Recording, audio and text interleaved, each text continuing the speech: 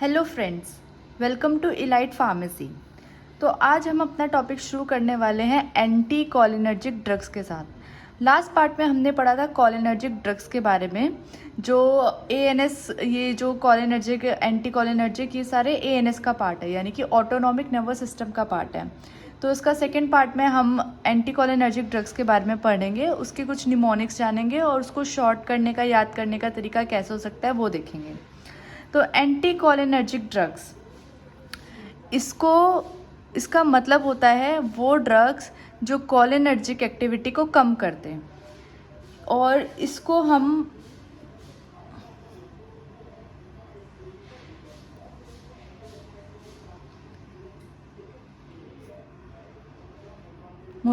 Muscarinic drugs और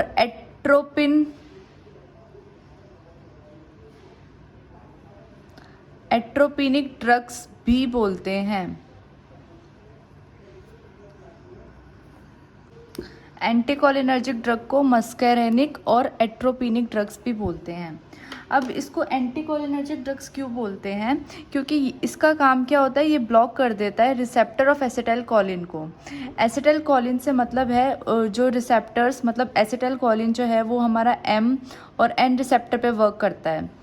M मतलब मस्क्यूरेनिक और एन मतलब निकोटिनिक पे वर्क करता है। तो ये जो रिसेप्टर है, इनको ब्लॉक करके ये जो कोलिनर्जिक एक्टिविटी है उसको कम कर देता है। तो जैसे कि हमने बोला कि ये रिसेप्टर पे वर्क करता है, इसलिए जो ड्रग्स होते हैं इसके अंदर यूज़ होने वाले, वो होते हैं एम ब्लॉकर्स और एन ब्लॉकर्स।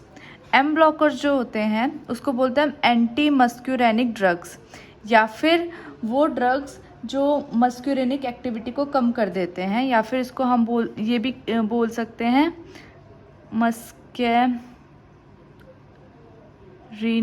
एंटागोनिस्ट भी इसको हम बोल सकते हैं। ये जो एंटी मस्कैरेनिक ड्रग होते हैं ये 3 तरीके के होते हैं। एक होता है नेचुरल, सेमी सिंथेटिक और सिंथेटिक। कौन से? नेचुरल, सेमी सिंथेटिक और सिंथेटिक।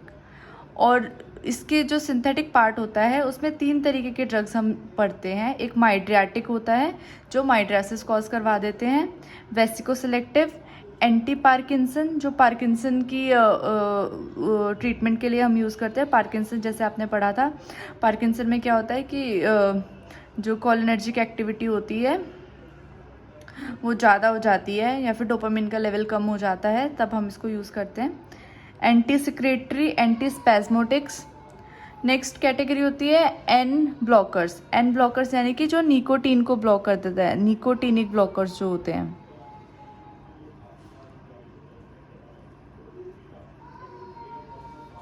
जिसमें हम 2 तरीके के पढ़ेंगे, गैंग्लियोनिक ब्लॉकर्स और नॉन डीपोलराइजिंग मसल रिलैक्सेंट्स। इसमें गैंग्लियोनिक ब्लॉकर इसलिए बोला है क्योंकि जो निकोटीन होता है वो क्या होता है कि हमारे दोनों फेज में होता है, पैरासिम्पैथेटिक में भी और सिम्पैथेटिक में भी, दोनों उसमें यूज़ होता है। तो जो ये यहाँ से गैंग्लियन निकलती है तो उसमें जब एन होता है तो यहाँ पे क्या होता है, निकोटीन होता है जिससे एसिटाइल, निकोटीन रिसेप्टर होता है जिस पे से एसिटाइल कोलिन निकलता है, और ये दोनों पे प्रेजेंट होता है। पैरासिम्पैथेटिक में भी प्रेजेंट होता है और सिम्पैथेटिक में भी प्रेजेंट होता है। इसीलिए इसको हम गैंग्लियन ब्लॉकर बोलते हैं। और नेक्स्ट जो एम होता है वो बेसिकली मसल्स पे वर्क करता है, तो इसको नॉन डीपोलराइजिंग मसल रिलैक्सेंट्स पढ़ेंगे।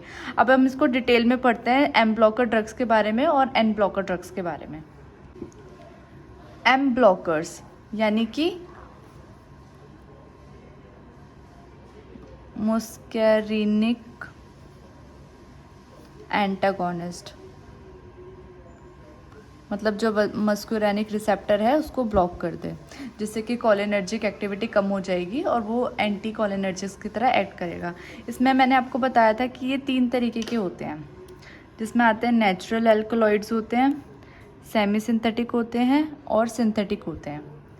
नेचुरल एल्कलॉइड्स को याद करने का तरीका है एट हाई, मतलब आप ऐसे याद कर सकते हैं जैसे जो नेचुरल चीज़ें होती है वो हमेशा हाई होती है, अच्छे लेवल की होती है, हमारे लिए अच्छी होती है, तो हाई होती है। तो इसको याद करने का तरीका आप ऐसे कर सकते हैं, एट हाई। यहाँ एट से मतलब है एट्रोपिन और हाई से मतलब है हायोसिन, तो आप इसको ऐसे याद रख सकते हैं। सेकेंड है सेमी सिंथेटिक।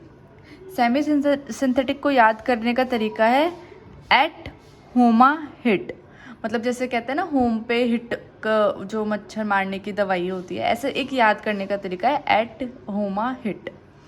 तो एट से यहाँ पे एट्रोपिन मीथोनाइट्रेट और होमा से होमाट्रोपियम, हिट H hyoscine butyl bromide, I से इप्राट्रोपियम ब्रोमाइड, टी से थायोट्रोपियम ब्रोमाइड। नेक्स्ट पॉइंट है सिंथेटिक वाले, जिसमें हमने आपको बताया था कि 3 तरीके की कैटेगरीज होती हैं, एक माइडियाट्रिक्स, वेसिकोसेलेक्टिव्स, एंटी पार्किंसन और एक एंटी सिक्रेटरी और एंटी स्पैस्मोटिक्स। अभी एक पीछे लिखी हुई है, अभी हम ये तीनों पढ़ते हैं। माइडियाट्रिक को याद करने का तरीका आप कैसे कर सकते हैं, माई सीटी बजा रही है, मतलब माई से क्या हो गया माई, और सीटी बजा रही है, एक याद करने के लिए आप ऐसे निमोनिक याद कर सकते हैं, माई सीटी बजा रही है। तो जहाँ सी से क्या हो गया साइक्लोपेंटोलेट, टी से ट्रोपिकामाइड जो आइज में डालने के लिए होता है, माइट्राइटिस कॉज करने के लिए यूज़ होते हैं ये। नेक्स्ट है वेसिकोसेलेक्टिव, इसको याद करने का तरीका कैसे कर सकते हैं, वैसे सॉफ्ट डी, वैसे सॉफ्ट डी, जिसमें S for सोलिफेनासिन, O oxy ब्यूटाइनिन, flavoxate, टोल्टेरोडिन और डेरीफेनासिन, ऐसे करके आप वैसे को सिलेक्टिव याद कर सकते हैं। नेक्स्ट है एंटी पार्किंसन। पार्किंसन एक तरीके की बीमारी होती है जिसमें क्या होता है कि बॉडी मूवमेंट्स में प्रॉब्लम होने लग जाती है, डोपामिन लेवल कम हो जाता है, उस केस में हम इसको देखते हैं।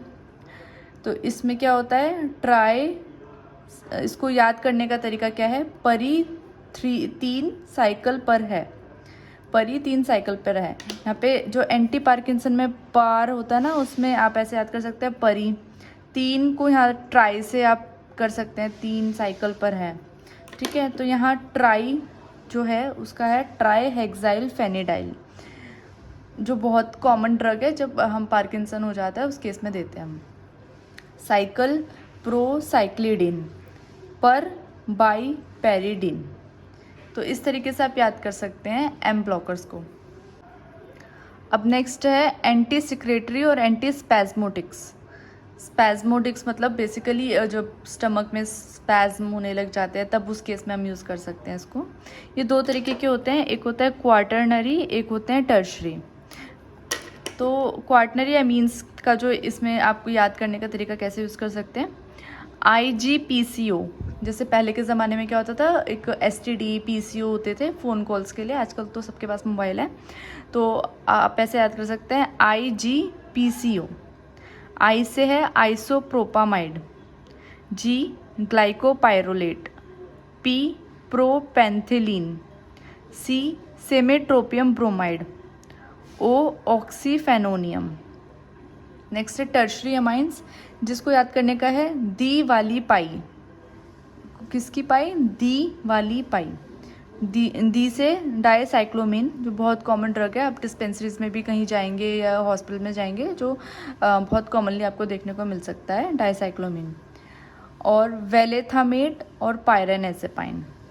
नेक्स्ट हम पढ़ेंगे एन ब्लॉकर्स, जो क्या करता है, हमारा निकोटीन रिसेप्टर को ब्लॉक करता है, को ब्लॉक कर देता है।